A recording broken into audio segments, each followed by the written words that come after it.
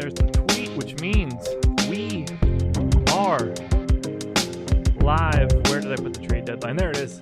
I'm back on the beach on my thing. There's no spreadsheet behind me right now. What's going on, everybody? This is the awesemo.com trade deadline special, and we are kicking it off with the doozy. Marc Gasol making his way to Toronto right now. Jonas Valanciunas, DeLon Wright, CJ Miles, and a 2024 second-round pick.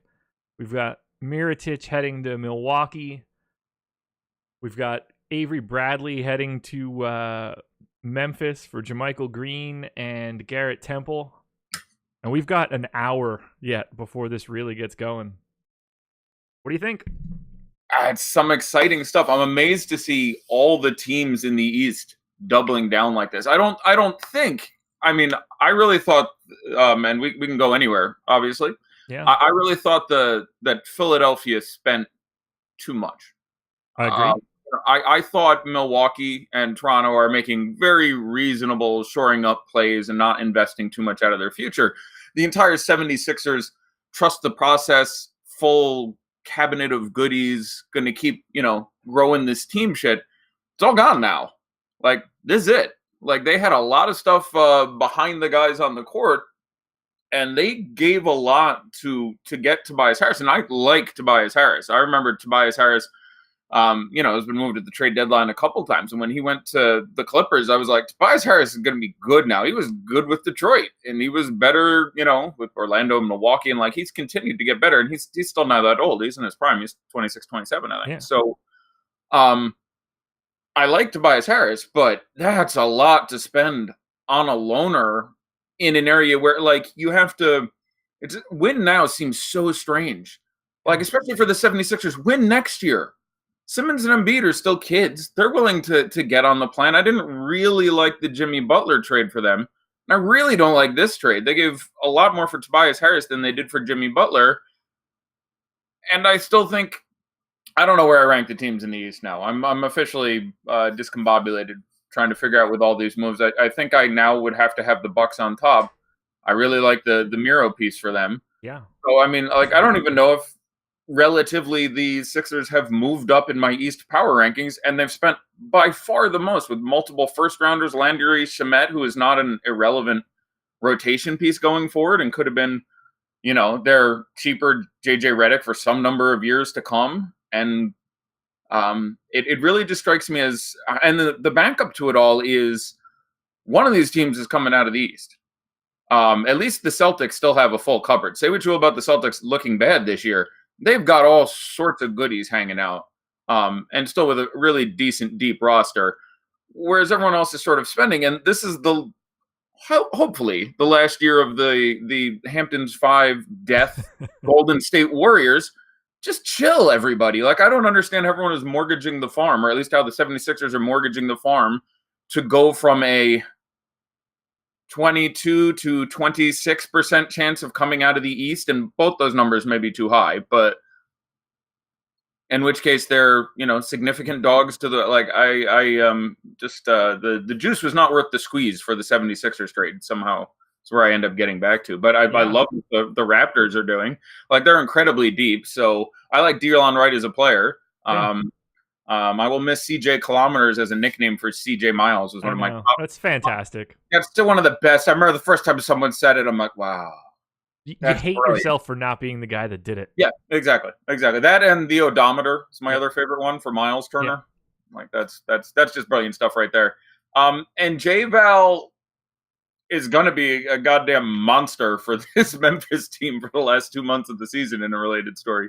I love that he was, a year and a half ago, 2 years ago, it was, we cannot move this Jonas Valanciunas contract. It is going to be an anchor. It's going to be a gigantic problem for tax purposes moving forward.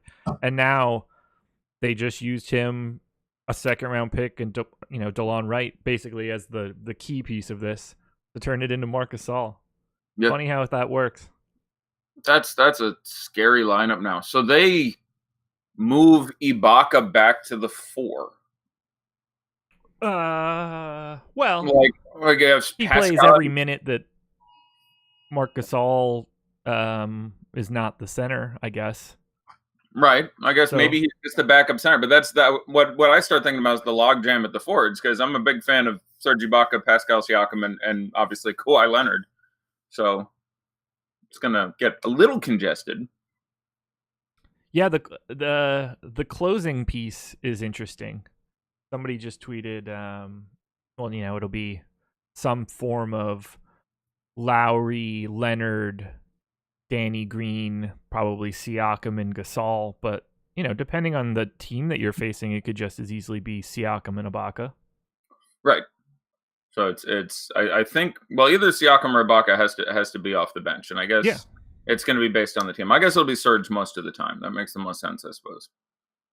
What a crazy. I mean, yeah. Look, they now have the ability to play Ibaka, Siakam, and Marc Gasol at the 4 and the 5 for 96 minutes total. Yeah. If they want to just really be aggressive, and then full-time Kawhi 3, which is not where he belongs, but you deal with it. He's still in his prime, so he's like 6 year ago LeBron, which is where he belongs, wherever the hell you need him. Yeah, he just is what he is. Yeah, he's just such a phenomenal defender. So, that's really interesting. Yeah, apparently they are consummating that Raptors Grizzlies trade call. So, man, if you are the Sixers right now, and you wake up this morning and see, and go work your way through the day, and now Mirotić is on the Bucks for essentially nothing. I mean, they gave like 4 second rounders. Which, sure. Don't get me wrong, they're second rounders, but they're probably not going to be very good second rounders either because this team seems like it'll be good for a few years. But yeah, so long as Giannis stays there, it should be. Yeah, any worst case scenario, if that turns into the 31st pick, I don't think they're all that mad. Yeah. And now you have Toronto going and getting Marc Gasol, and the Sixers are sitting here like, are we even the third best team in this conference? Yeah, from the beginning of the year, this was a 4-team race with Indiana occasionally dipping their toe in the water. Yeah, but the fifth team didn't want to, or the fourth, one of those teams didn't want to be the 4 seed and get Indiana. Like, the gap was after 5. Right. It was like we could lose to Indiana, although with Depot gone, that's gotten obviously a hell of a lot less likely. And I don't even know if the Pacers hold on to it, but no. That was the concern. Was like, God, let's finish 3rd or better because we're not losing to whatever Charlotte, the Magic, the Wizards, the Nets. Were all teams that were flirting with finishing 6, 7, 8 for a while. Oh God, this is craziness! I'm so excited. I hope something crazy happens. I hope we see Anthony Davis to the Celtics come through here and all hell breaks loose. Well, you can't get Anthony Davis to the Celtics. Depends on if you keep Kyrie Irving. That's right. The only way you can get Kyrie Irving would have to leave the team. Right. So they would have to actually trade him. It could be a 3-team trade, I guess. You could get Kyrie to the Knicks, and I don't know, but I know I don't expect that to happen, obviously, but no, that's the type of thing I want to happen while we're on here right now. I whimsically about a week ago said, I think the Pelicans may just be fucking with the Lakers. Like, I think they may just be dragging them a little bit. Yeah. And it turns out that's exactly what they were doing. I don't think anything happens there. I think they were just screwing with them. Like, Anthony Davis is apparently going to file a grievance. And apparently the Pelicans were just like, yeah, we really didn't appreciate you tampering with our guy all year and saying shit and dropping hints. So sure, we'll talk. And then just not pick up the phone. And, no, that's not enough. And, oh, what? Your team's unhappy? The kids are pissed? You lost to the Pacers by 40? God, it's got to suck having that division in your locker room there, guys. So, talk to you in the summer. But, yeah. That's one of the most trolly things I've ever seen an organization do.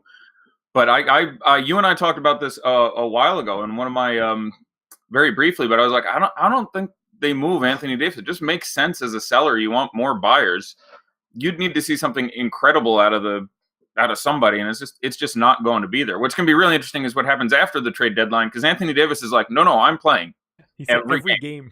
Yeah. Every game. I'm healthy. I'm playing every game, and he's just putting the Pelicans over his knee because someone has to be in the back being like, dude, could you chill? a little bit. We got your trade deadline. We're going to trade you. Could you not get us done? Because the league is going to be like, okay, looks healthy. Let's go. And they're like, he's not the healthiest guy in the world. He's an Achilles tear from literally destroying the franchise. Like, if they force him to play and he goes out and Paul George's himself or Gordon Hayward's himself, your franchise is down for 5 years. It's a problem. Oh my god. YouTube chat is lit right now. These guys are having some fun. Everybody's all over the place. Everybody's on some sort of side. It's a different side, and it's just great. And I think it didn't used to be like this, by the way. It used to be like, oh, you got a trade on deadline day. Like, the big trade was like, they're moving Goran Dragic, and now it's like, shit is on fire. Yeah, I remember that deadline when all of the point guards seemed to switch teams. Right. Isaiah Thomas went to like 3 separate teams in a couple different trades, and it was just like, no, the first 2 didn't even happen. Wade Baldwin and Nick Stauskas are like, all right, I'm just staying in the hotel. Yeah, just tip me off at 301 to let me know where I live now. They are apparently getting just cut. They're apparently just getting nowhere. They're literally going to get traded, waived. So they're going nowhere. Stan Johnson is like, so the Pelicans. That's it? Okay, I can do that. Yeah. I love this so much. Yeah, but it's an amazing time of year. So I wanted to discuss, sort of the DFS implications on a couple teams because tonight, tomorrow, are a couple of the most, we talk a lot about the edge, and you and I have different processes and backgrounds in coming at this. But for everyone in modern DFS, where the player advantage is really, really shrunk and the rake is really significant, it is hard to beat that rake, and you got to grab a bit here and a bit there. And preseason, postseason, summer league are all incredibly good. And the biggest reason that those are usually incredibly profitable periods of time is that there's people who don't know what they're doing playing. Yeah. Just because there's new factors at play, and each of those end up being a little different, and different coaches do things, and they take a little extra work, and you can't just algorithm it, and you can't just subscribe to a site and be like, oh, I'll do this and just use the recommended. Like, you will lose if you do that. And there's just a lot of really casual people who are like, oh, that's interesting, I'll try basketball. Now, you don't really get those people for this day, but today, tomorrow, this weekend are really, really profitable days in general, because you will just have people spending money unwisely, and there's just a lot of things to track.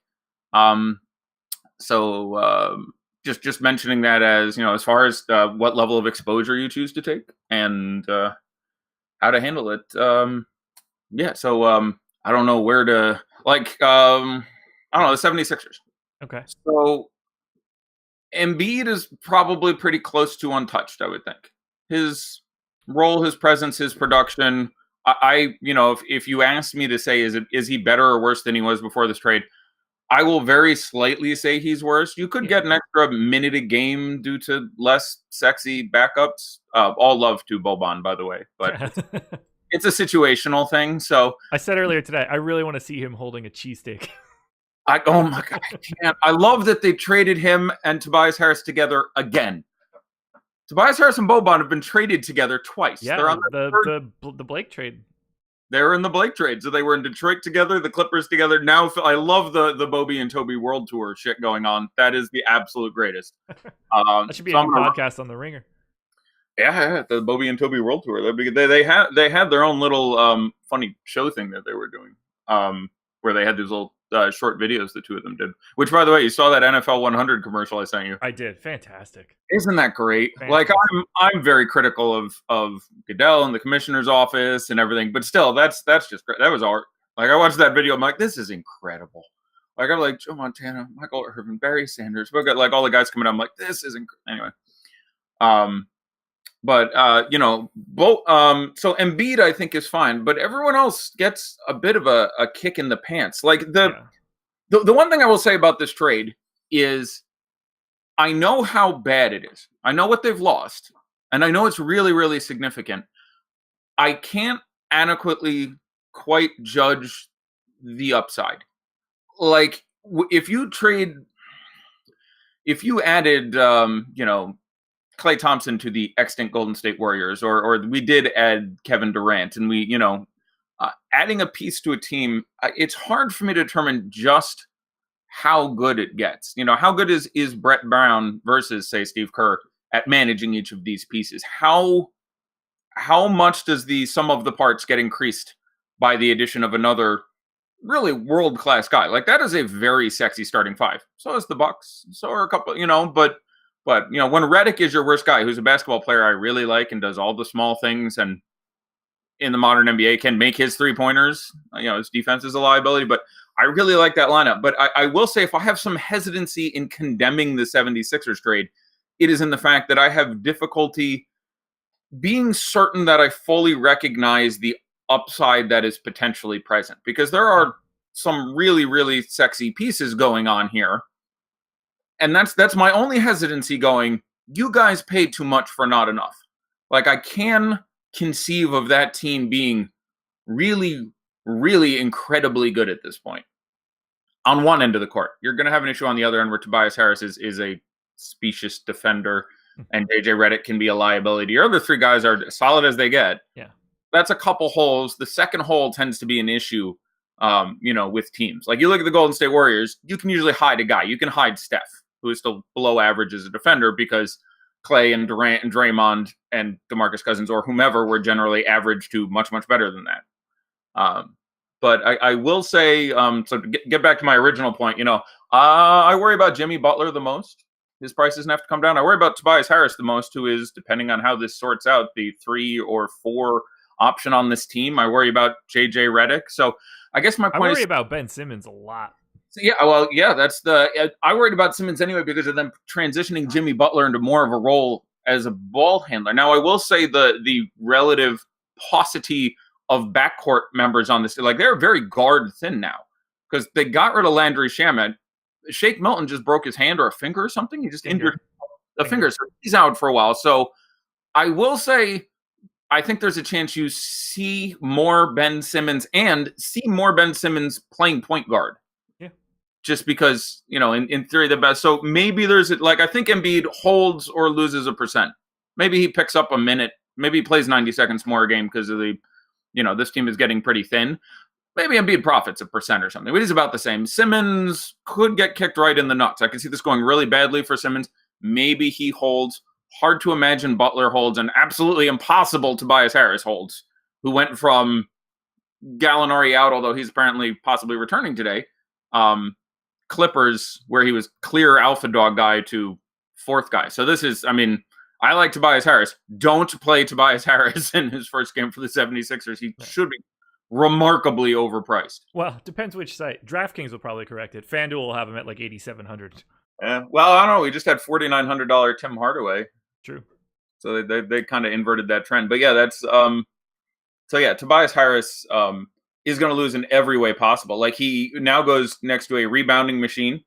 So he's going to lose, I don't know what he is rebounding this year, but a good number for him, like 7 a game or something. He's going to lose a rebound and a half, couple rebounds a game, because he's now out there with just a much, much better rebounding team. Even Ben Simmons, by the way, is going to pull down a couple more rebounds than, say, Shea Gilgeous-Alexander. So Beverly does okay. But that team's going to pull away his rebounds. He's never going to handle. He was getting lots of assists. He was getting like 4 or 5 assists a game, which is much higher than he did for his whole career. That's going to come down. He's shooting. Do you know he's shooting like 40-something% from 3 still? I was just going to say, like, he might get better looks now, as weird as that sounds. That's what I was going to say. He's shooting like crazy. The past 2 years, too. Like, he shot 42 or 43% last year as well. It's crazy. He's on that team where, like, him and Davis Bertans and a couple guys, like, these guys really can shoot the damn ball. Just want to point out, guys making a better percentage of their shots than, Steph on occasion. How much more interesting would this be if the Tobias trade happened first and he was joining a team with Covington and Saric and Embiid and... That's what I'm saying. Like, I kind of get the Butler trade at the time, but there is an issue of diminishing returns when you have 2 good guys and some delicate pieces. Moving some pieces and getting a third big guy has really appreciable value. And obviously, this is a vast oversimplification. But yeah, if I can reverse the Jimmy Butler trade now, I think I reversed the Jimmy Butler trade. Yeah, like, Saric had lots of potential, and Covington is a very underrated basketball player. He got hurt. No one's thinking about him now, but he's incredible 3-and-D guy. He's great when he can let everyone else be the main people and do the things that he is best at. Yeah, he's Draymond-y in that way. Yeah. It's like, I'm going to be out here. I'm going to play excellent defense. I'm going to make their life really difficult, and if I happen to get 15 shots, that's cool. I'll try to make 10 of them. If I get 3 shots, that's cool. You all can make them. Like, yep. It's craziness. I love this so much. So the Bucks. I mean, that's as close to a no-brainer as possible for them. Taking those minutes away from, I don't know, DJ Wilson or Ersan Ilyasova, whatever. That final five, that closing five, Bledsoe, Middleton, Brogdon, Mirotic, Giannis at the 5 in situations where that can happen is terrifying. The Clippers are waving Gortat. Running out of centers. Jonathan Motley, all systems engaged tonight. Who the hell do they have left in the front court? Nobody. Unless they're about to get somebody. Gallinari is going to start. JaMychal Green? There's no way he's ready. I don't mean. I mean, like, not today, but like. I mean, tonight. Going forward in the future, that'll be what it is. But waving Gortat even in the future, you're right, makes a really interesting point. Tonight though, Gallo and Jonathan Motley is going to have to put on some minutes. Let me top my head. I'm running out of bigs on that team. I'm trying to think who I'm forgetting. You're not forgetting anyone. It's Motley, and that's it. Well, Herezel. Well, yeah. I mean, of the people that weren't playing that will now be playing, this isn't changing anything really for Montrezl Harrell, other than the fact that they don't have any other bodies that are going to be better than him. But it's Mike Muscala now too. Yeah, yeah, he's going to play. And in Philly, I mean, Mike Scott is going to back up Tobias Harris now. Yeah, you'll have Kobe start at the 4, Mike Scott behind him. You'll have Embiid start at the 5, and just saying, maybe little Bobby back there.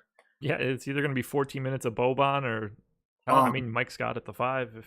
I pulled up the Roto World page. It is hilarious. So I have it here too. Oh my God. So there are 9, 10, 17 players listed on the roster for the Los Angeles Clippers. There is one small forward of the 17, which is Danilo Gallinari. And he's not a small forward. He's not a small forward. He can play it, but you don't, especially as he gets older and slower, and he was never a great defender. And the start of this year, I was going, I'm going to enjoy playing forwards against Gallinari and Harris and Gortat. I'm just going to enjoy playing bigs against this team, and it really worked well for a while. But he's not really a small forward. So your small forwards is 0. You can play Sindarius Thornwell at the 3. They've had to do it on this team, which has been small forward wanting for a couple of years now. Yeah. We have seen Ty Wallace at the 3. You can play incoming Wilson Chandler at the 3. We've seen JaMychal Green at the 3 not too long ago, but they don't have a small forward, period. They do not. But yeah, so for tonight, bigs, 3 or greater, guys who should be playing the forward or center position, they have Gallinari, Montrezl Harrell, Jonathan Motley. That's it, fam. I got those 3 dudes to conceivably play 48 minutes each at the 3, 4, 5. Do they have anybody on a 2-way or anything that they can call up? If they do, I missed it. I presume they have someone they will grow. I mean, what they will do is they'll have Gallinari, Motley, and Harrell play 36 minutes apiece at the 4 and 5, and you were just going to have... Gallinari hasn't played in like a month.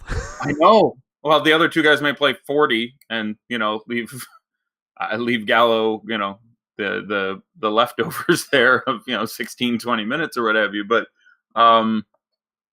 you're going to get a giant bucket of time out of Motley. Is Delgado available for the Clippers? Angel Delgado, I believe it is. Yeah, he's not on this roster in front of me, so presumably Motley's on the 2-way apparently, and Delgado. Okay, I didn't know Motley was. Yeah, I actually didn't know Motley was on the 2-way. So the question, yeah, I assume they'll be able to pull up Delgado then, who isn't bad. We talked about him in summer league actually a fair bit, but yeah, I hope he wasn't on an East Coast road trip, or actually where I don't even know where the Clippers play tonight.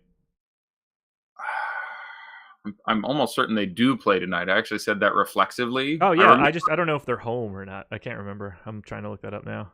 They are home. Wait, no, they're on the road. Damn it. See, soccer gets me now. Oh, because soccer does home team first always. Drives me. That's what I do for a goddamn living. My day job. Pacers at home. Is working on soccer. Yeah. So yeah, that shit's driving me absolutely out of my mind.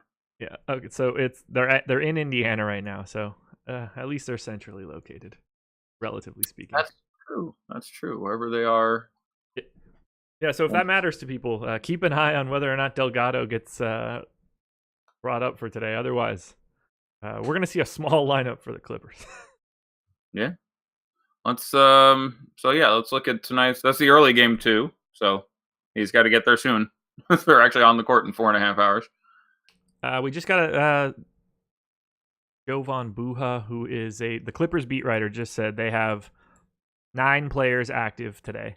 Harrell, Motley, Gallo, Tyrone Wallace, Thornwell, Robinson, Lou Will, Beverly, and Shea. Yeah, so exactly what I said. Yep. they have, just confirming, making sure we're not missing anything. No, but I wanted to parse that for someone who maybe didn't follow all 9 names or know what positions they all play. Yeah. They have 9 guys, 1-3, 1-4, and 1-5. And multiple guys who they play at the 3 when they have to. It's a bit Ty Wallace and Sindarius Thornwell are gonna play 48 minutes at the 3. Or actually, that's not true. I mean, they've been starting Shea next to Beverly. I don't know. It's gonna be... You ready for this one? This is not a trade, but this is from Chris Haynes. Yahoo sources: Marcin Gortat, who will be waived by the Clippers, has interest in joining the Warriors, but the defending champs plan to wait until the dust settles to get a clearer picture of what's available. I bet Marcin Gortat has some interest in joining the Warriors. Bold what statement. A report. Are you sure a guy who can barely stay in the league? So do I. I'd like to join him.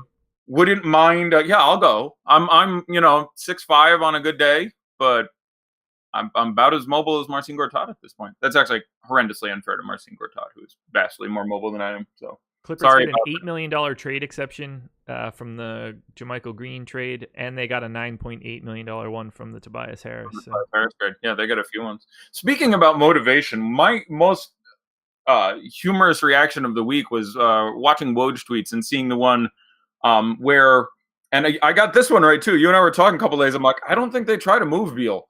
This team is so ass backwards in Washington. I think they try to build around him, and you're like, they can't build around him. They have a $40 to $50 million a year John Wall albatross around their neck for 4 years. And it's like, they're not trying to win. They're trying to put a product on the court that is competent enough that they can bilk some more money. Yeah. I don't remember the last time the Wizards made a trade and I was like, oh, it's a winning move.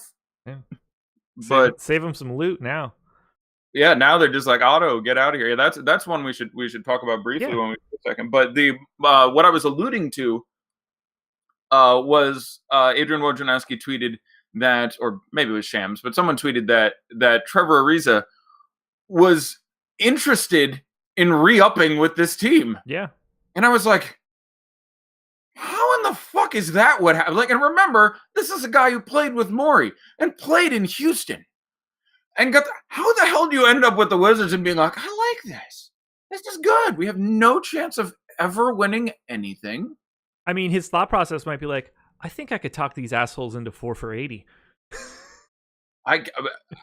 Yeah, that must be, maybe that's it. Maybe it's like they paid Otto before they shipped him out. This is great. I'll get my 4 for 80. Right. I'll get my 4 for $80 and they'll ship me in 18 months. Maybe I'll end up somewhere. Maybe that. I assume that he wants to stay because he thinks he can get long-term paid. He historically has been a big fan of the Washington franchise in the back office for whatever reason. That's one of the reasons they acquired him. Was he had a good relationship with their office. He had a good relationship with John Wall and was seen as a stabilizing force for John Wall. So that was part of the move for Trevor Ariza. And I'm not discounting someone just liking living in a city, playing in a city. Maybe it's got, family, friends, what have you in, the DC area, and that works for him. But when you read that, you're just like, really? Okay. This is great. I love this so much. I wish the trade deadline ended at 7 o'clock. You say that every 10 minutes. I'm just so excited about it. I wish the deadline was later so it really messed around with lineups. Yeah, it's that's true as far as just making some money off it. Which, by the way, you and I back on the air in 3.5 hours. Yes, we are. You and I will get a break, and then it is you and I again later tonight. It's like my honeymoon. Dude, today's so crazy for me. Morning show, produce the betting show, do this show, go pick up my dog, go produce Deeper Dive, go do Live Before Lock. You're gonna love this. I actually have you beat. I slept, quote unquote, last night from 9 a.m. to 11 a.m. I'm running on 2 hours that I didn't get till 9 a.m. because I had a massive work kerfuffle with two members of my team who happen to be in Kiev in the Ukraine and in Italy. So I had to get up. I was going to try to get a nap last night. I didn't because basketball is awesome. And I was as I tweeted, sitting in the car, singing and dancing to Madonna because that's just something I do. Sure. And, and so I just didn't get a nap for a couple hours. And I thought shit would be on fire from 3 a.m., which would be 9 a.m. basically their time, until like 5 my time. And then I'd get a couple more hours. But no. We got one. I'm breaking to me. Mike Muscala to the Lakers for Michael Beasley and Zubac. Really? 30 minutes to go. All the mics getting moved. Clippers and Lakers deal. They don't even have to leave Los Angeles. Yeah, I was about to say, walk across the street. Although Clips are they're actually no one is in India. No one is in LA right now because the Lakers are in Boston, and the Clippers, as we've alluded to, are in Indiana. So sadly, you don't get the hot Shumpert deals and stuff from yesterday where it's like walk across the court. Can they play today? Can they get that done quick enough to get Beasley and Zubac ready for the Clippers? Because they need those dudes today. They need bodies. Can you guys get? They're in. Let's see. It's 2:30 now. You go to the airport. Maybe you can get in the air by 4. Man, if that were a home game, they probably could. By 5:30, run to the court. If that was a home game, they could probably pull that one off. I don't know the process of paperwork and stuff. Usually, right? Exactly. There's a whole must be whatever, and so I don't I don't know what the quickest to trade like that has been consummated. I'm really curious what that is offhand. If anyone has an example of someone who got traded at 2 and played at 7. I can't imagine it's possible. I assume there's too much due diligence with physicals and stuff. I would imagine that it can't happen in a day. I presume, but I don't definitively know it, is what I'm saying. I have no idea either. I know it's happened the next day. I can think of a couple examples of that. So what is that trade doing? All right, so the Clippers are, picking up a forward and a center for a center. So they're adding some big depth. Presuming that's I really think that is the goal for the Clippers there. I assume this is solely a Lakers deal. I'm not sure. They are making this move for a reason. It's going to be interesting. I mean, that's all they've done so far. Let's see. Beasley is an unrestricted free agent next year, making 3.5. Zubac is on his rookie deal. He will be a restricted free agent. And then for the Clippers, Muscala is an unrestricted free agent next year. It's also the Lakers are. Is it just the roster spot? I was about to say they are clearing up a roster spot, which is sort of interesting here. They have enough centers. They can run McGee and what have you. And Beasley was at best a small part of the rotation. So. We got 2 more, neither of which are interesting. Scal to the Blazers for Caleb Swanigan. Ooh. And Shelvin Mack to Atlanta for Tyler Dorsey. Yep. Neither of those doing a lot. I guess Dynasty, your Javon Carter shares feel a little better. Yep. No, not a lot going on there for DFS purposes. Zubac will be interesting to see what his role ends up being with. I mean, it's going to be as far as with Montrez. Yeah, I mean, he should get every non-Montrezl Harrell center minute for sure. Yeah, so there's this deal opens a roster spot and gives the Lakers a chance to sign a player in the buyout market. Muscala gives the Lakers some shooting too, which I will never. I usually, when something happens and I don't know what's going on, I presume I don't know what it is. Usually, a front office has a dozen guys, and they tend to be at least reasonably smart guys. Setting aside a couple teams like Chicago and whatever. So whenever there's a trade and I don't get it, I'm usually like, God, I must be missing something here. But the weirdest sequence of days for me ever was when LeBron went to the Lakers and then they just started accruing the worst players to play alongside LeBron ever. Yeah. Speaking of that, Dan Strafford calling that roster spot becomes Carmelo Anthony. Oh, God. Sorry, go on Lakers. No, now I'm depressed. Okay. Well, we were talking about bad dudes or bad players joining the Lakers, so I felt like that was apropos to bring it up. No, it certainly was on topic. You did not stray from the subject matter. But I just remember being like, Rondo, that's interesting. You really want a point guard who can shoot if you have LeBron out there. No, Lance Stevenson, I'm like, that's interesting. You really want, well, A, players who can do anything, and B, players who can shoot. The hell are they doing here? And then just every move, I'm like, maybe some shooters? Like when you get LeBron, your plan should be like guy who can shoot. I don't know. I just remember being like, maybe someone who can shoot the ball. Rondo shooting 39% from 3 this season. Get the hell out. That one had escaped me. He's a better shooter than people realize. He just doesn't shoot in volume. 38.6 this year. He was 33% last year. Not great. What's he from the field? Is he 48%? 50%? 43% from the field right now. Oh, okay. But 37.6 the year in Chicago. 36.5 the year in Sacramento. Like, oddly enough, because he gets so many open looks, they don't really care to get out on him. Oh God, yeah. Wojnarowski just tweeted the Melo thing. Well, I'm not gonna lie, that isn't quite as good for me as say Mirotic or Tobias Harris or Marc Gasol, but good job, Braun. Way to. Apparently, the Marlins are trading JT Realmuto to the Phillies for Jorge Alfaro and some pitching prospects. So wow, that guy's missing the mark. Yeah, well, Philly, baby. Wow, we only have 26 minutes left. Man, I could do this forever. Yeah. So the Wizards are just gonna not be good forever. Like I always found it funny when people used to get on the 76ers for tanking. I'm like, how the hell are you getting on the only team that understands how this works? Yeah. I'm like, what? If you ever want to win, and it's fine. I'm not saying every team needs to be solely guided by the desire to win a championship.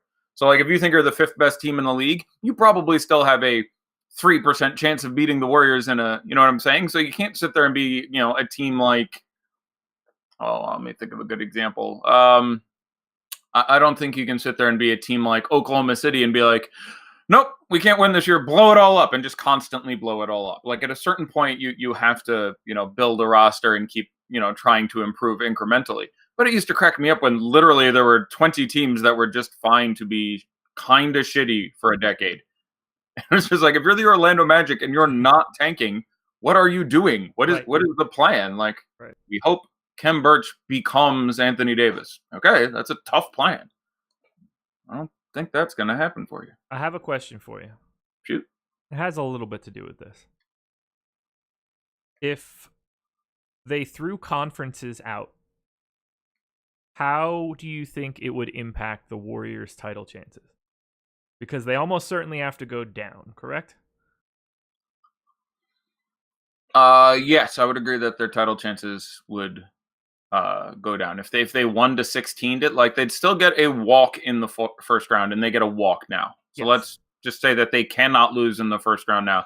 I think the number of teams that can beat them would be slightly greater proportionately. So yeah, I do think their odds would go down, not that significantly. No. I still have them as a really large favorite. Like I would have to reevaluate my Golden State versus the field take right now.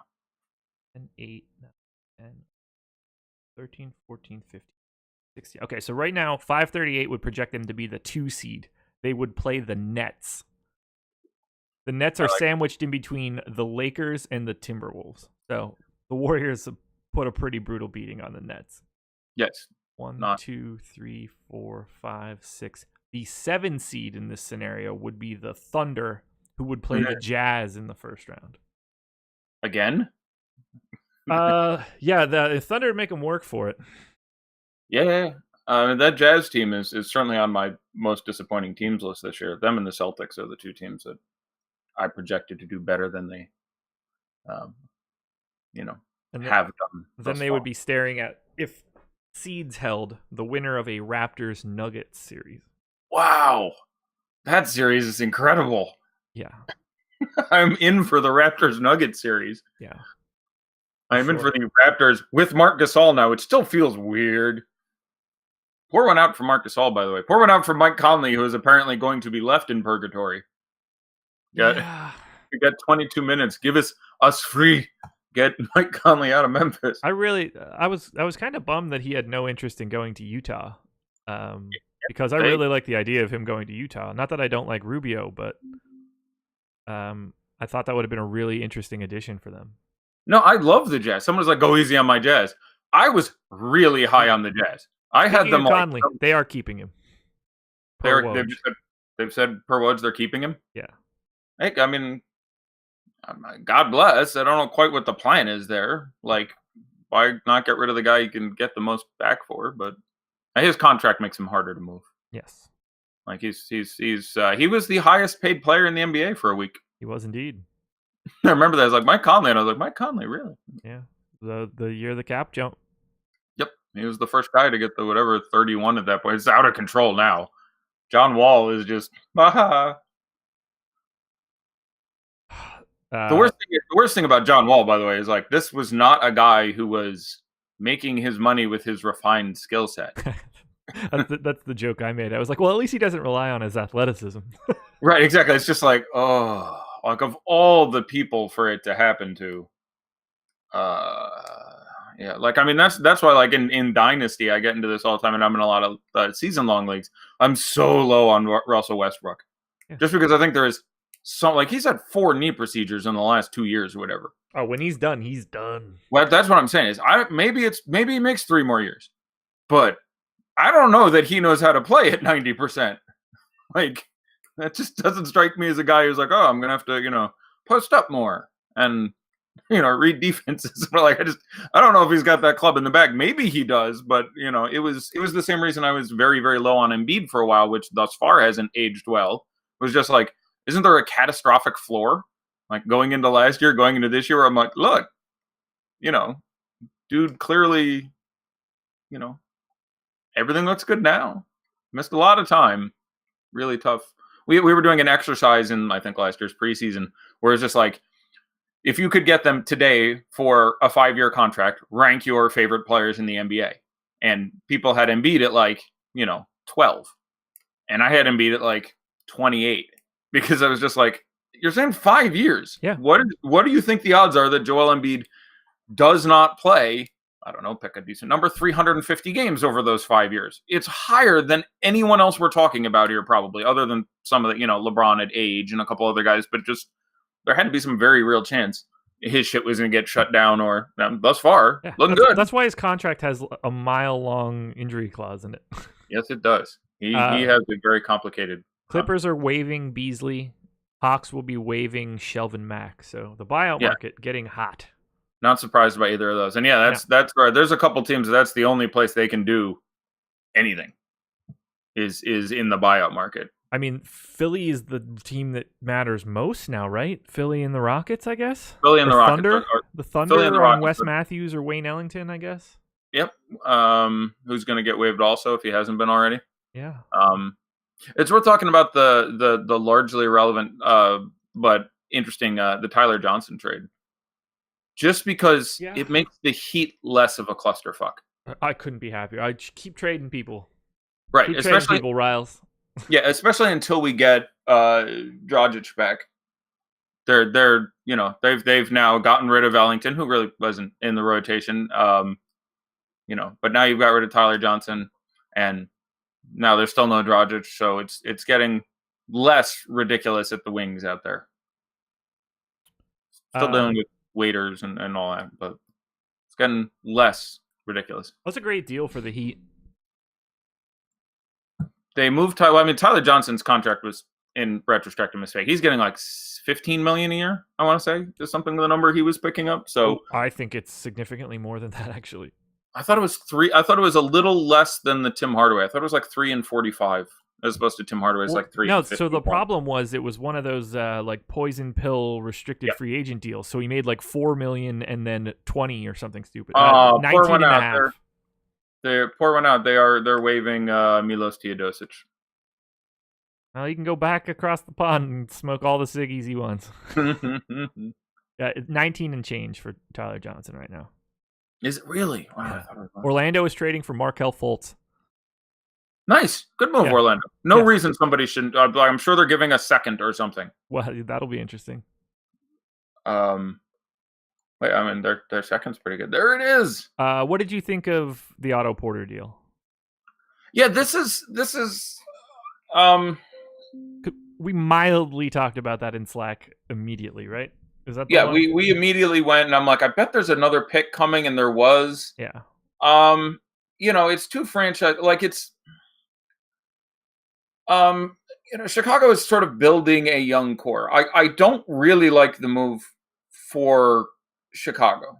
Okay. Like I like Otto Porter as a player, 3-and-D. Like I would rather have Bob Covington. I would rather have some of these other guys, and the contract is a little more than I want to pay for him. And you have a lot of roster flexibility now, and a nice, fairly young core of Dunn and Levine and Markkanen and Wendell Carter Jr. So, I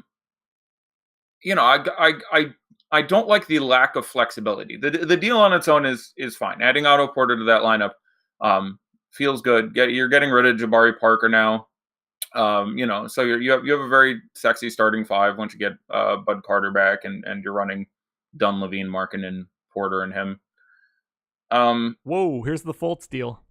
The Magic are sending Jonathan Simmons, the Thunder's first-round pick, and a Cavs second-rounder.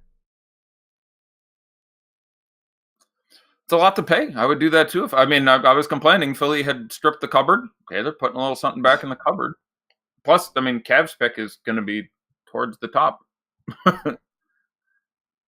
Yeah, I don't know what year that Cavs second rounder is. Jonathan Simmons is the type of guy that they needed to get back, a rotational wing, so that's fine.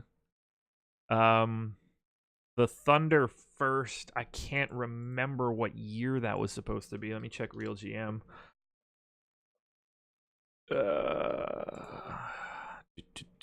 Magic 2021 top 6, I think. 2020 first, protected 1 to 20. Oh, okay, protected 1 to 20. I knew it was a weird one. So that will, in all likelihood, that pick conveys in 2020 to Philly. But that's a great move for Orlando. Obviously, they're paying a lot for it, but and good move by the 76ers. If I'm going to give them shit for killing their flexibility, okay. That's, it's so weird because I loved, the Sam Hinkie era. I really liked what they did. I think stock picks was the right way to go. But, they at least we thought, completely busted on Okafor. And Nerlens Noel didn't go the way they wanted it to. And, they took Markelle Fultz over a couple other guys. So if they'd have picked a little better, it's got to be a frustrating time to be a Philly fan. They picked Simmons and Embiid. You can't be too goddamn criminal. Those are two good, very good basketball players. You can't be mad at the Fultz pick at the time either. It's no. I'm not suggesting they're culpable. I'm just saying it's got to be a little frustrating that you number one overall. That's not like Anthony Bennett. Cavs fans should have been like, "What in the crimson fuck was that?" Right. No one doubted that Fultz was a top pick in that. Right. Draft. No one. People might have had him as low as 3. That shit looks super different if they just take Tatum at 3, though. Whew. Oh God! Can you imagine if they don't pay to move up and take? Oh God! Then they still have that pick in full. They and do you not don't have to Jimmy trade Butler for Tobias Harris, so you still have literally that one pick moves them from very possibly winning 4 titles in 6 years or something. Crazy. That team is ridiculous. It's you end up having 3 extra first round picks and a deeper bench and not having to move. Oh God.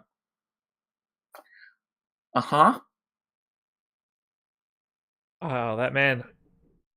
Pour one out for Fultz, I guess, in the Sixers. Yeah, it's no one saw that ending as immediate as it did. Yeah, that's that thoracic outlet syndrome. That'll get you. Yeah, apparently. That'll get you. 12 minutes. Yeah, so ultimately I liked that Porter move for Chicago in that I'm not confident they could have done anything better with their free agent money. And he fits a perfect need. No matter how much someone likes Chandler Hutchison, their small forward play has been all sorts of dreadful. I think he fits really well next to Markkanen, next to Wendell Carter Jr.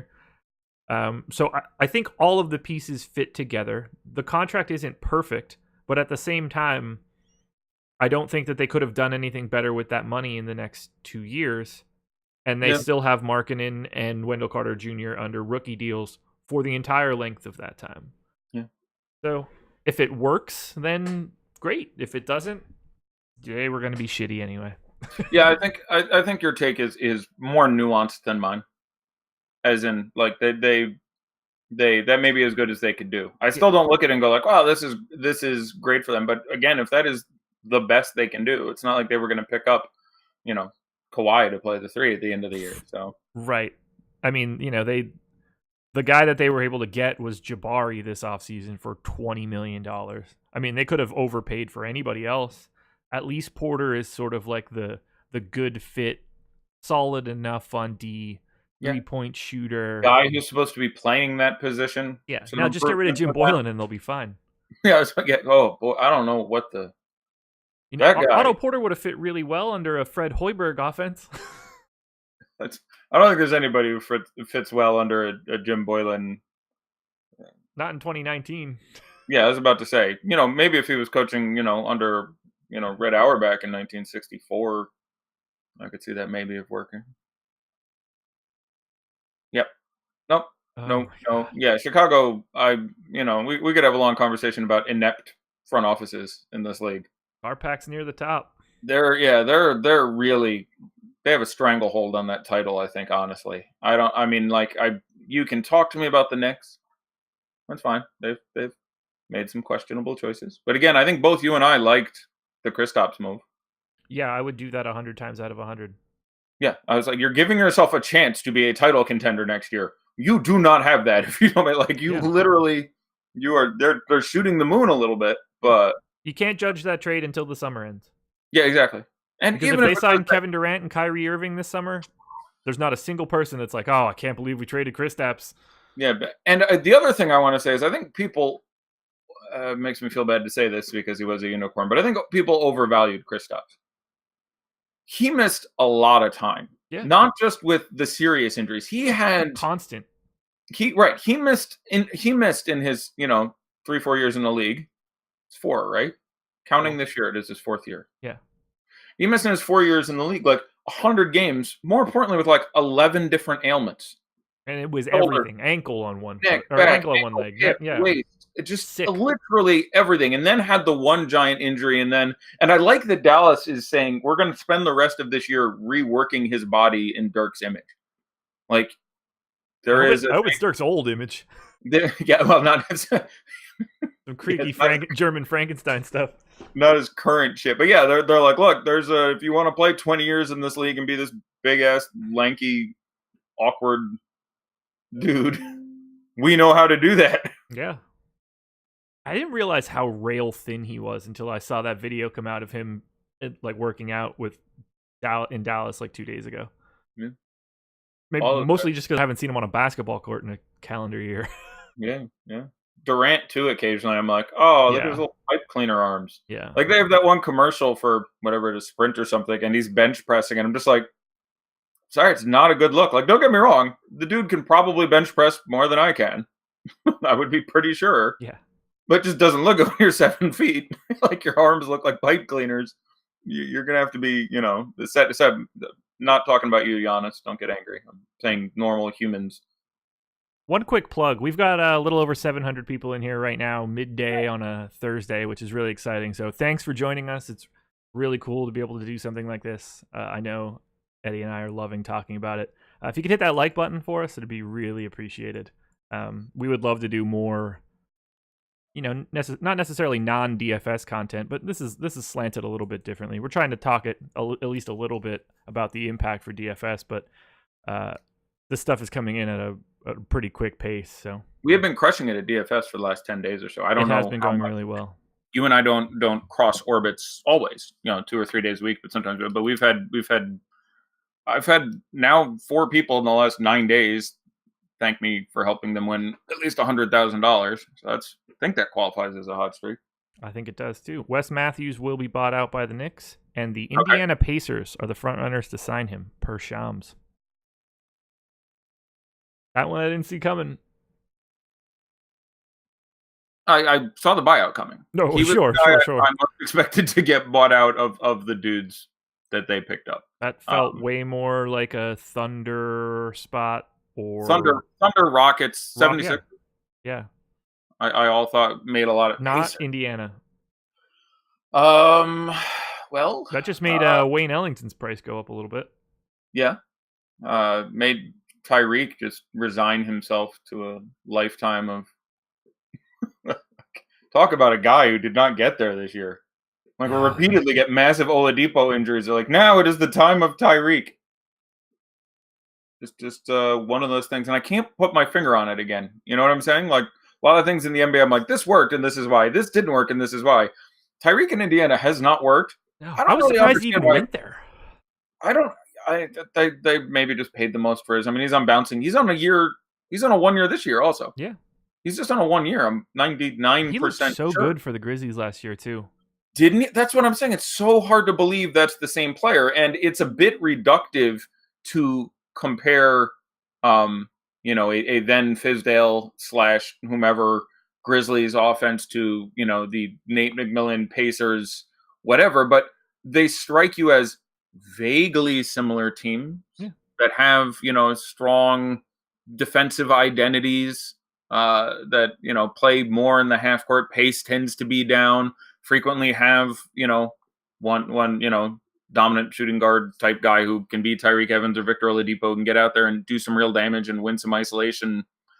And that just did not translate now, did it? Like, it didn't. It really didn't. And I would have expected it to. I don't know. And he's still like relatively young. Yeah, he's younger than you'd think. Yeah. He's 29. I would have said 28. I don't have the real answer. Well, I mean, I can get it clearly. We have this internet thing. I'm 29. Doing it. Nailed it. Yeah. I really want to. We never made the football one take off, but I really want to host basketball game show one of these days. Just lob questions at people. You know what I want to do, honestly, and I'm going to do it at some point. I want to buy the worst jerseys I can find and use them as prizes for that contest. Like, I want to buy the worst NBA jerseys I can possibly get my hands on, which would be like, oh, this is a circa 2011 Phoenix Suns Goran Dragic jersey. You can get the shitty ones cheap. They're always on sale on NBA.com. Go to my parents' house. My old Big Country Bryant Reeves Grizzlies jersey is still there. Oh my god, Vancouver style. Exactly. I bought a buddy of mine a Raymond Felton Bobcats jersey for Christmas, and they sent me 2 of them. And I had one of those kept in my trunk for like 5 years. Like a dead hooker. It was just like in a bag. I was like, I got 2 of them. Do you want them both? He was like, why would I want them both? I didn't want the first one, really. Carolina fan. Oh, yeah, I'm kidding. But yeah, that's what I'm talking about. So I really want to do that game show and then just let's see what he's won, Jami. Oh, my God. It's God, like, I don't even know. It's a vintage Baker Sonics jersey. 2014 Joel Prisbilla Trailblazers jersey. Oh, that's going to look nice. This is interesting wording from Woj. The Knicks and setter Enes Kanter are working on a separation that could be completed as soon as today. I don't know why he's not writing buyout. Yeah, that is a strange turn of a phrase. I'm trying to think if there are... Is this like the draft time where Woj wasn't allowed to like announce picks? He was like, so-and-so strongly considering selecting... Yeah. Are inclined to make a commitment to... Yeah, that was a good one. DJ Swab says a Kwame Brown jersey. Yeah, exactly. No, that's what I'm saying. Wouldn't that be a great show? Let's see what he's won today, Johnny. Oh, and I'll like pull him up on camera. What do we have here? Oh, it's what size are you? Let me look through my box here. Extra large. We should get a bunch of jerseys made of like guys that never played for teams, like Carmelo to the Hawks type stuff. Yeah, that'd be good. Maybe when there's some really bad, like, shitty, ugly ones too, or you can just get like, oh, it's those 2015 world champion Golden State Warriors ones that look like Sesame Street costumes. Those are going to be great. People are going to love that. 3 minutes. Do you think we get anything else of relevance? No, I don't think we get anything else of relevance. I think we do get someone gets it in just under the line, which, again, so many great contracts not correctly consummated over the last couple of years for the best reasons, where someone forgot to fax something in time, or someone on Phoenix got confused as to which Brooks on the Grizzlies was getting traded. Is an all-time great front office screw up. Talking about I can't believe we made it through bad front offices without me giving Phoenix a shout out. I don't remember who it was or what podcast I heard it, but someone was like trying to send a fax and was in line at a hotel and like was just behind a couple people, and there was no other way to do it other than like literally faxing it in. Yep. Craziness. Anthony Davis's agent Rich Paul tells me Davis is not being traded today. Yep. No, that was expected by me. Once it turned out that they were really strong in it, because they were just, pardon my French, there's no better way to say this, they were just fucking with the Lakers. There's no way, like, someone else would have had to come in with the most ridiculous offer. What I thought was possible and would have been great was that someone went for the crazy 3-month rental that like Philadelphia went for him. Yeah. And took him for like 6 months with the understanding he will not re-sign. We will flip him again this summer. Like, literally, we understand we're not even going to take him next year. We're going to pay out the ass for him for this year, with the understanding we're going to get some of what we paid out the ass for back in X months. We're like, then they try to flip him to like using him as like flipping him like a house. I thought there was an outside chance he ended up in Toronto. Oh, could you? It felt like the type of thing that Masai could be out in front of. That's, you never see him coming, and then all of a sudden he's got Marc Gasol, Yeah, he's great. Ujiri is great. But that's I thought that was great that someone's going to flip him like a house, get him, fix him up a little bit, redo the kitchen. Yeah. Let him play a few months, ship him out again. He's so good. He's still one of those guys I watch play basketball, and I'm like, oh my God, I don't know how you can, like, he's a point guard. He has a handle. He can do everything. 2:59. We're almost locked. 9 seconds. I think we're going out with a whimper here.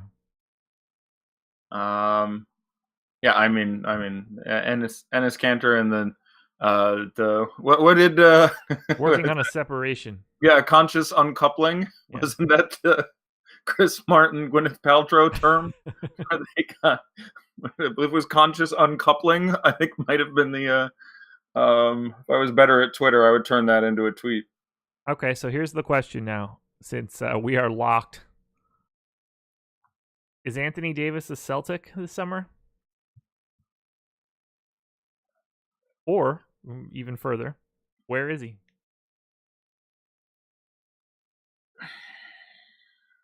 I think he's a Laker. I think they make it work at the end of the day. That's craziness then. It makes them, I know. It makes them, I don't disagree, by the way. I think there's ego and spite and all kinds of bullshit going on here, but I think he is a Laker, a Celtic, and I really think my third place is a Knick, which I really think there is some possibility of that happening. He has a good relationship with Kyrie. I cannot wait for Kyrie to wear the black hat for 10 years, for having the goddamn ceremony in Boston. Like, literally, this is already a city that has had real issues with race relations. He's going to set it back another 20 years by running out there and having I'm letting you know, I can't sign the contract yet. I'd love to, but I'm a Celtic long term. All right, not really. I'm going to bounce. Frank Kaminsky expected to be a buyout candidate in Charlotte. Yeah, Boston is trading Jabari Bird to Atlanta. Isn't Jabari Bird the one with the pending? He is indeed. He is indeed. Yeah. All right, so Atlanta just collecting guards and spinning them into something. Boston needed a roster spot for buyout guys. Right. I don't know. I don't even know what they could be possibly trying to do. They got to be sitting there going, well, we got to do something, because everyone else in the league just picked up Tobias Harris and Nikola Mirotic and Marc Gasol, and we're still this team that is struggling to hold 5th place. Smile. Yeah, that's. I love that the East is now really interesting. I wish the Warriors weren't quite so good. Maybe if you are ready, here's my question for you. Take the Warriors off the planet. Okay, the Warriors get hit by a meteor. Okay, and the bus is destroyed, and all the starters die. And tomorrow you're starting with Sean Livingston next to Quinn Cook and Alfonso McKinney and Jordan Bell and whomever the hell. think I know where this is going. Who's your favorite right now? Who do I think wins the title? Who do you think wins the NBA championship? Okay. So this is going to be, I'm going to have more details of this, and I think you could possibly agree with me. But I will say the Oklahoma City Thunder. Oh my God, I love that answer. Here's why. I don't think because I don't think you can pick a team in the East because they kill their own. They cannibalize each other's chances of making the final. That's what I'm going to say. We only have two. Like the correct answer to my question is a team in the West. Yes, because them are the Rockets. There are three options where there are four good options in the East. Yeah, I completely agree with you. That's the correct way to answer the question. So I think the real answer is the team from the East is the best team in the league. But I don't think that you can pick out of those four. I think at this point we can be. I don't know. Maybe we can't be. I think at this point we can be. I have still the Raptors and the Bucks a tier higher. I agree. I have to keep them at 1A, 1B, and have the Celtics and the 76ers. I need to see more. Do I see potential? Yes, obviously. That Celtics roster is nuts. I love a lot of guys on that team. If Gordon Hayward starts to look like Gordon Hayward at all, that's the way the Celtics can make that move. Speaking of guys who made us 100K recently. Big one 2 nights ago. That was sexy. That was fun. That was for anyone watching the show who doesn't know, I'm not allowed to play DFS anymore because my day job is with, as I mentioned, a European fantasy sports provider who, by the way, doesn't currently provide basketball. So there's no sensical reason why I can't play. But due to laws in my state and FanDuel and DraftKings having suspended my account because I previously worked for a domestic DFS provider that actually provides contests, I'm not allowed to play. So shitting all over Jaylen Brown and saying play Gordon Hayward instead and having that come through and someone win life-changing money with it, that's as good as it gets for me. So that was I'm still high from that one. That's good. Cossack, typical Josh response. To what? To the who do I think wins the title? Yes, that was a typical you response. It was extremely well thought out, and rather than being emotional, considered the odds of all the things happening and reacted well. Yeah. You idiot.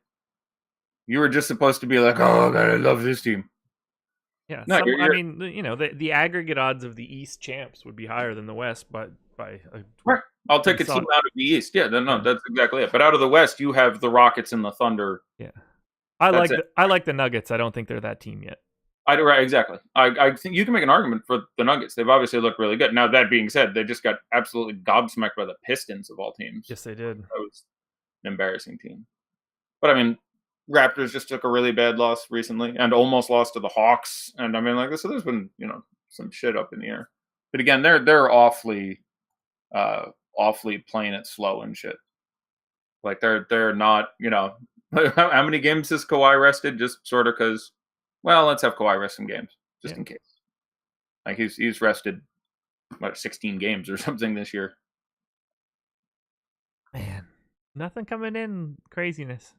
But we did see Markelle Fultz move on from the Sixers. Yeah, that's I love a good narrative of making it good. Like, I really enjoy what can be done with this overcoming adversity type thing. I'm a fan. I hope he gets that job. It's not like he's got a lot of guys in front of him to be a starting guard there. Right. I don't know how well he can play point. I think he can be a point guard in the NBA. So he's got to get around Jeremy Grant and Isaiah Briscoe and DJ Augustine. Well, he can definitely be a much better point guard than he could be a shooting guard right now. That's a good point there you make. Yeah. There's that of all the, I don't know if you have my video up, but of the weirder things I've ever seen in the NBA, which I don't have basketball with me, so it's, I have something close. Get over here. This shit. Yeah. How in what way was... Like, even let's assume you're not deeply understanding of kinematics or physiology or physics or any relevant discipline. At what point does adding lots of lateral movement in both directions increase your odds of putting something straight in the opposite. That was one of the weirdest things I ever saw. Like when, why is you guys doing it underhand? I'm like, that's interesting. I didn't expect to see that. When I saw that, I'm just like, what's the theory? What's Like, craziness? I know what'll help me shoot straight. I'll wiggle the ball back and forth in the middle of my shot. But I mean, they were just basically like, we're going to throw a bunch of shit against the wall and see what sticks. People have some weird. What was the one with, is it Derrick Rose? No, it's Westbrook. Westbrook's free throw shooting, which was always dicey, yes, is incredibly off the shit this year because they changed the rules as far as how much time you can have. Uh-huh. And he had a whole process where he would, like, especially between the first and the second free throw, turn around, walk all the way like back to half court, turn around, walk back up and take the second free throw. And I think he's off like 10% in free throws this year. Terribly this season. Which, by the way, they should absolutely change that rule and fuck him for walking all the way to half court in the middle of free throws. Yeah. Probably a bit too extreme of a free throw process. Yeah, I mean, I think it's reasonable to have some sort of limitation. You got to stay inside the circle. Why do you got to go anywhere? I don't. Free throws are great. Underhand guys who just take the jump shot every few years. There's a guy who's like, I shoot 70% from the field, and not no one shoots 70% from the field, but on unguarded free throws, jump shots, I make 65%, and from the line somehow I'm shooting 58%. So jump shots in the semicircle, here they come. That's a great one. Anthony Mason had like the line it up with his arm type joint. Yeah. I love the linearity of the Klay Thompson free throw. Yeah. Where he literally goes, okay, I'm right-handed. I'm going to step 16 and a half inches to the left of center, put my right foot dead center, put my arm exactly planar 90 degrees to the rim, and just execute this incredibly vertical, the opposite of the Markelle Fultz. There is no left or right at all. Literally just puts the ball here, goes, I'm going to move my arm straight forward. Here it is. And then you get Steph, who's just chewing on a mouthpiece, like he's like free throws are like the wet, every 90% done. His I don't even get it because he's not that big. Is what is amazing to me. Like I'm a pretty good shooter. As I get further away, my lack of strength affects my shot. Yeah. Like and Steph is amazing from 8, 10, 20, 24, 26, 28, 30, 35, and 44 feet. And I don't get that because for me, those are all different shots. Yeah. Like from 5, 6, 8 feet, it's just wrist. I'm up here. Once you get out 12, 15 feet, I have to add a little forearm. Once you get out to a three-pointer, I've got to get a significant amount of legs to get the ball there. He just somehow, doesn't matter if he's 31, 38, or 44 feet, just like it's nothing. Just arms. He shoots 35-footers like I would shoot a 6-foot jump shot. It is probably more accurate. To quote a great basketball movie, a thing of beauty is a joy forever. Like it is something. Toronto is trading Greg Monroe and a second-round pick to Brooklyn. See, I figured we'd get something in there. Sorry. I mean, clearly they have no need for Greg Monroe after that Marcus Gasol deal. Yeah, which I mean, I guess he's happy, but he should not see a lot of time with an increasingly healthy Brooklyn team and Ed Davis there. So he may get. They would probably buy him out. Yeah, I was about to say he may get bought out. And I like Greg Monroe. I mean, he's limited and obviously not a modern NBA center. No, but guy had some game. So what would the Raptors need? The buyout market, Shelvin Mack. Nothing. They don't need. I mean, if they needed something, that would be it. Like they still have Anunoby and Norm Powell for wing depth. They still have Fred. They have 2 open roster spots. That's the reason I ask. Yeah, no, I thought they only had 1. Oh right, yeah. No, you're right. They do have 2 now. Because Malachi's gone. Yeah. Who also got waived. I thought he might stick, actually, but so no, he got waived. Yeah, I mean that's it. It's guard depth. Yeah. It's if Kyle Lowry goes down, which is not an impossibility, that's a big issue on this team. Like almost anyone else going down. I mean, obviously Kawhi going down is a nightmare because Kawhi's one of the best 5 players in the league, and him going down is very bad. But they have guys there who can step up. OG Anunoby is fine. You're just throwing more minutes at Ibaka and Pascal. Like, you can fill that hole with really quality guys. Now with Delon Wright gone, you lose Kyle Lowry. You have issues certainly at backup point guard because you have Fred start and then Jordan Lloyd. Like, it gets narrow there. So yeah, I think Shelvin Mack might have been a really sapient call there. I think that about wraps it up. Yeah. I'm going to go update projections now that the dust is slowly settling. Yeah, I'm going to start working on tonight, see exactly what got affected there, how we can turn that into some money today. Tonight's schedule, if I still have it up in front of me, I do. The Los Angeles Jonathan Motley is visiting the Pacers. Timberwolves at the match. So let's see. Let's spend a minute on each of these. Just a minute. Okay. So Clippers visiting the Pacers. The Clippers should be, all kinds of sexy. I got to see what Gallinari is priced at and see what they say about his minutes. But without He's Toby cheap there, on DK, like $6K maybe. Yeah, like with no Toby there, someone's got to shoot the ball. Unfortunately, the matchup is shit, but Motley should be chalk, and he's like, right now I'm going to project Jonathan Motley for 38 minutes and 36 fantasy points or something, would be something like the number I come down on. So that's going to be probably chalky. I presume that won't be hard tea leaves for people to read, but we'll see what our world-class ownership projections come up with. Pacers. Nothing for them. It's all the same. Yeah, basically nothing significant enough is going to change there. Timberwolves at the Magic. Doesn't matter. Nope, nothing much changed there. Wesley Iwundu plays 15 minutes now instead of Jonathan Simmons. Yeah, that's a bit. I mean, you can argue it's a minor cookie for Terrence Ross and stuff. But interesting that, it's worth taking 5 seconds to say. Interesting that Orlando did nothing as a at the beginning of the year. They have a lot of expiring contracts. Terrence Ross is expiring.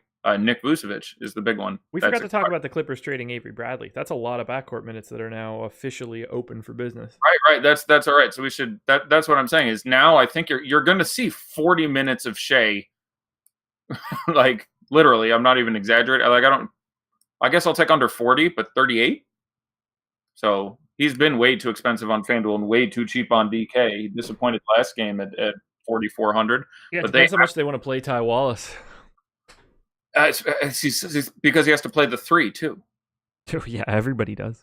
Right. So yeah, you're gonna have Thornwell in the rotation, but he's the last man they want out there. So Thornwell's gonna play 16 minutes as backup 3 or something. Yeah, everybody that is on that roster is getting in tonight. That's for sure. Yeah. Like the Spurs. I don't know if you weren't on the show with me yesterday, but I spent a lot of time shitting on what was going to happen with the Spurs. People are like, what's going on with this? I'm like, all right, listen, I understand why everyone wants to look at the Spurs tonight. This is going to be a shit show of epic proportions. Like, I'm dubious at Jakob Poeltl getting value at $3,200. Everyone is going to play. They're going to dress 11 people. They are going to play, even if somehow this game stays close.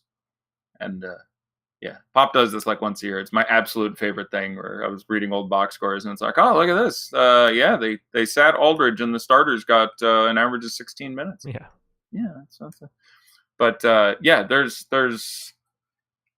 clips. You wish the matchup was better. On the road in Indiana is not strong, but still, yeah, I think you're gonna where's the usage gonna come from?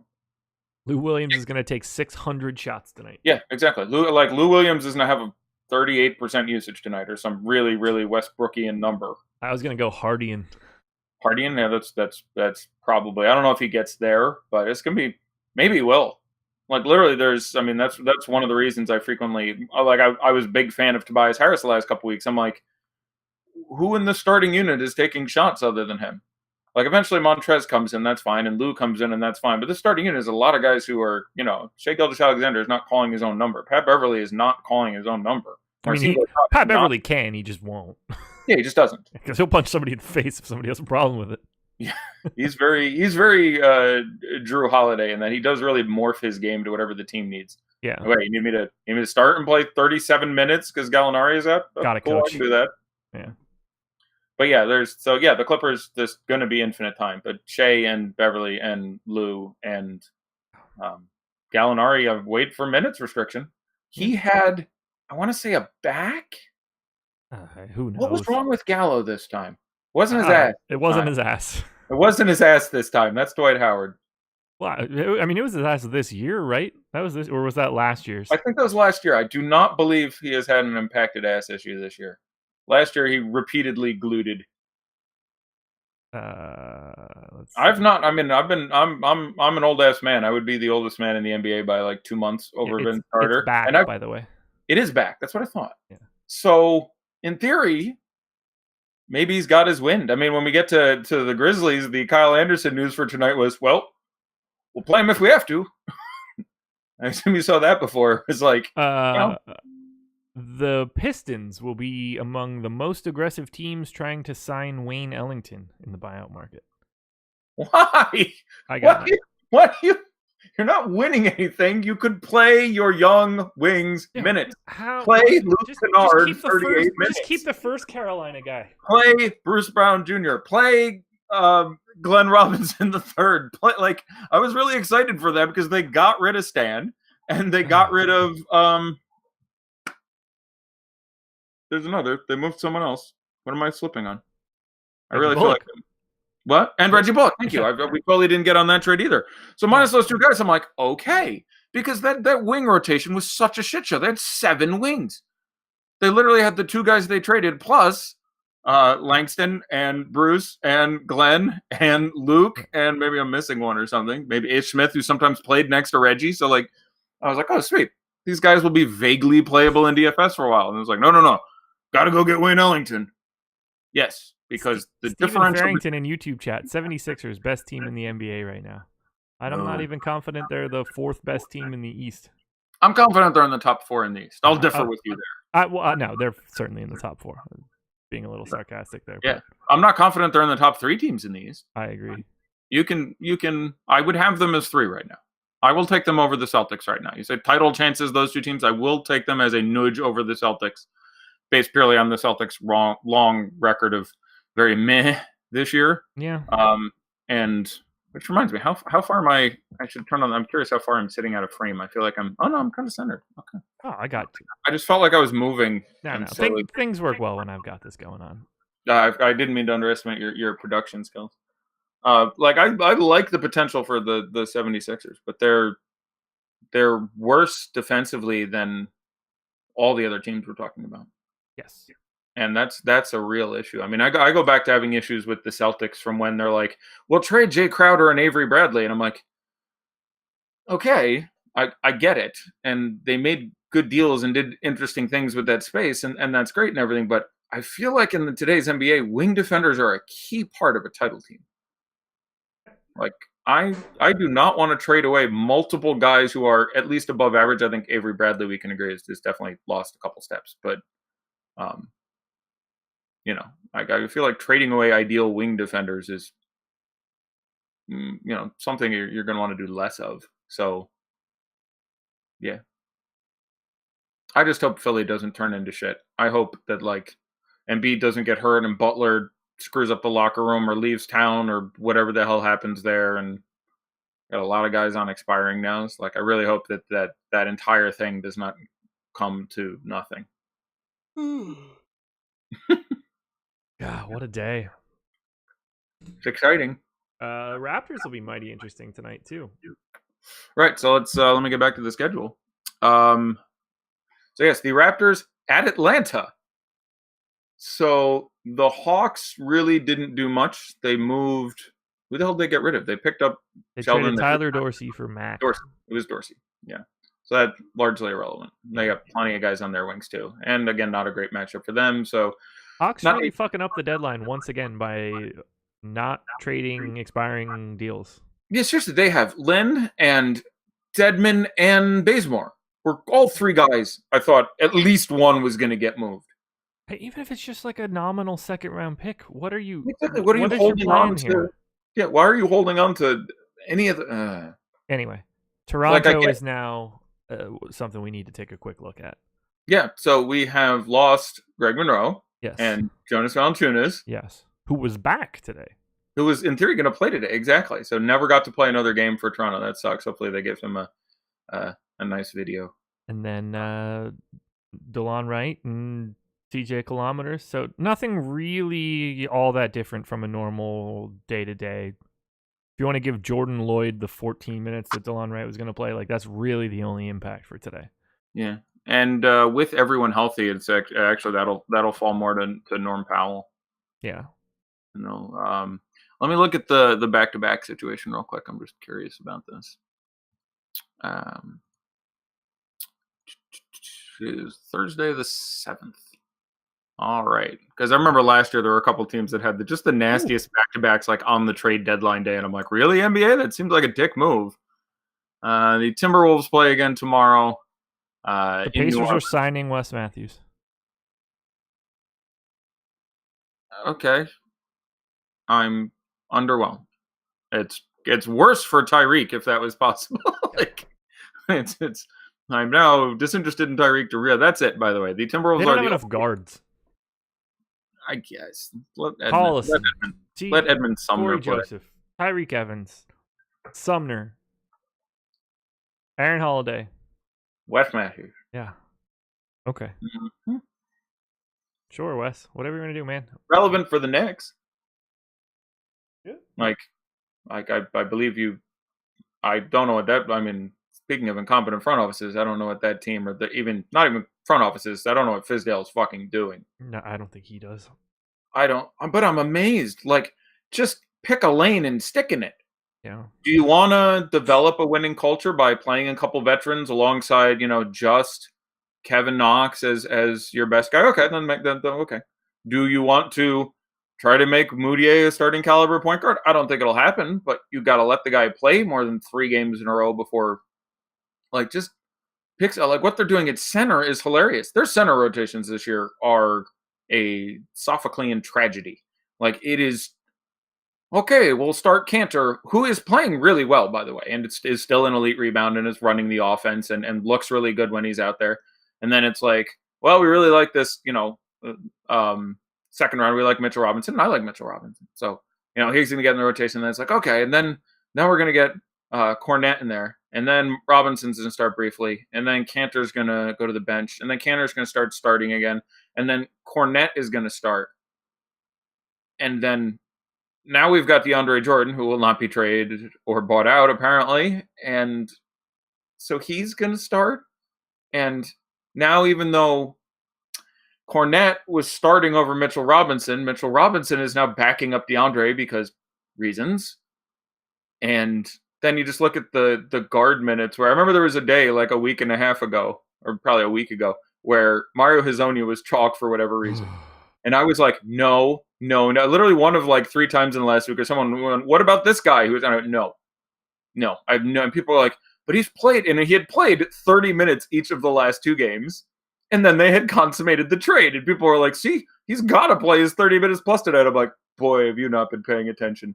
Okay, we'll watch. And he went out and played like 22 minutes, which is like the 5th time this year on the Knicks where something like that happened, where this was the status and Guy was playing a lot.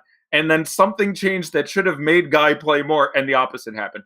It's absolutely hilarious. Like, Moutier has been starting and playing 30 minutes in a row, and we just got news that, I don't know, Trey Burke is out. And it's like, okay. And everyone's like, oh, I really feel good about Moutier. And he'd play 17 minutes, and Ntilikina, who hadn't played in a week, would come back and play 28. Like, they have been literally running the nastiest DFS pump fakes the whole year. We like JaVale now? Much more than we used to. I think there's a chance you get closer. Like, I don't think they want to split him 24 and 24 with say, Chandler. So we got to worry about Kuzma at the 5 here, I guess. Yeah. But I think there's a better chance of, certainly with his price now reduced, he was a revelation for the first month of the season. Like, I honestly felt bad for him that they sort of took his momentum like that. Like, he was really doing something there. Like, he was evolving into a good basketball player. Setting aside that he was massive for fantasy, he was playing really well, and this team was playing well with him out there. And now they're I'm worried about my Lakers projection. At the beginning of the year, I had him 49 wins, 8 seed. I don't know. Well, they're not getting to 49 wins. It doesn't seem they're at 500 right now, right? I think they're exactly at 27 and 27. They are. Okay, so they would need to go 22 and yeah, that's not going to happen. They would need to go 22-6. I don't think that's going to stick. Grizzlies are still in the same spot they were this morning. No. Mac. Definitely no Shelvin Mack. Definitely no JaMychal Green now. Yeah. That's another guy. I've been doing great with the chalk fades of the last week. That was another one. JaMychal Green chalk day where he was like 30-50% played. I'm like, I'm not playing him. He has 2 effed up legs. Both his legs are jacked. Like the 3 games previously, he skipped one, came back and played 7 minutes and left due to being hurt again. Skipped one, and then in the 4th game, came and played like 5 minutes. And then it was like, oh, Marcus All's out. And people were like, oh, sweet. It was like 50% on Shelvin Mack. And yeah, he played some minutes in the teams. Because helps to look. But yeah, they're going to be really thin. So let's take a minute, why not, and take a look at their roster and exactly how how many guys they are going to dress. We can look at Yuta Watanabe again, but also Rob. I mean, they're basically where we were this morning. So they will dress Conley, Carter, Holiday. Slow-mo is questionable. Conley, Carter, Holiday, Caboclo, Washburn is 5, Jaren is 6, Yuta Watanabe is 7, Rob is 8. Noah is questionable right now. Yeah. Okay. Kyle Anderson is apparently break in case of emergency. Right. That's which I think is great. Well, if we don't have enough dudes, which by the way, I remember the old Robert Sacre. Did you see the game which by the way, talk about the jerseys we have to give away for the show. Certainly a spicy Robert Sacre jersey belongs on that performance right there. But that was the Knicks are releasing Cantor. They're not having a conscious uncoupling? Guess not. They're not going to see other people? Good. He's going to get bought out. I really like Enes Kanter as a person and even as a very bad defensive. But he is not getting bought out. He is literally being released. He is taking no less money to leave the team. They are simply removing him from the team. The way that I'm reading that. How can that be possible? How can you not trade him for a second? Or like he makes what, 18? Sounds about right. Yeah, don't get me wrong, that's why he's trouble to move. Like it's probably not quite worth that number. But so they'll get some sort of offset, I guess, if someone signs him, but other than that, yeah, he's just they're just releasing him. Wow. That's a harsh breakup. I like Enes Kanter, but that's I don't even know where he could go. Right. So centers without an outside game we only need so many of them in the NBA. There's a few teams who can make it work, but in a world of DeMarcus Cousins, Enes Kanter is a limited quantity. So yeah, I'm going through teams in my head right now, and almost everyone has a significantly better option in place or available to be picked up. Which really sucks that his type of basketball is gone. I would have said, amusingly enough, Houston, but Fareed is making that work. I mean, Cleveland needs him, but that's not like yeah. It's not really what we're looking for here. I would be all over the Cavs Cantor jersey, by the way.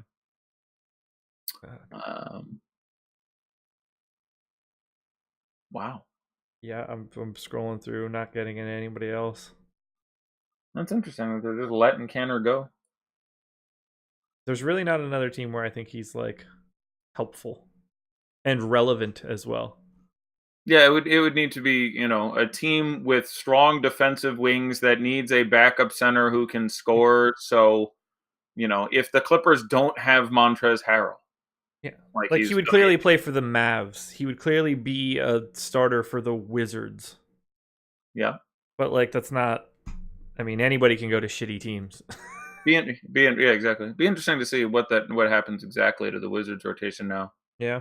Because they pick up Parker and Portis. So, we got the massive Thomas Bryant game, which I regret not being stronger on Thomas Bryant yesterday, by the way. And Dwight Howard's going to come back. Right? Yeah, in theory. Next year as well. Yeah, no, he's that's true. He's going to take his option. I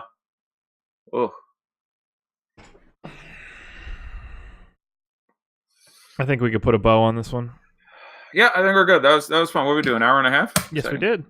That was good. And I'll be back in 2.5. We'll do it again. Yeah, we will see you guys shortly. Thank you for joining us. Hit the like button on your way out the door. We'll be back for Live Before Lock in 2.5 hours. C'est bon. Adios.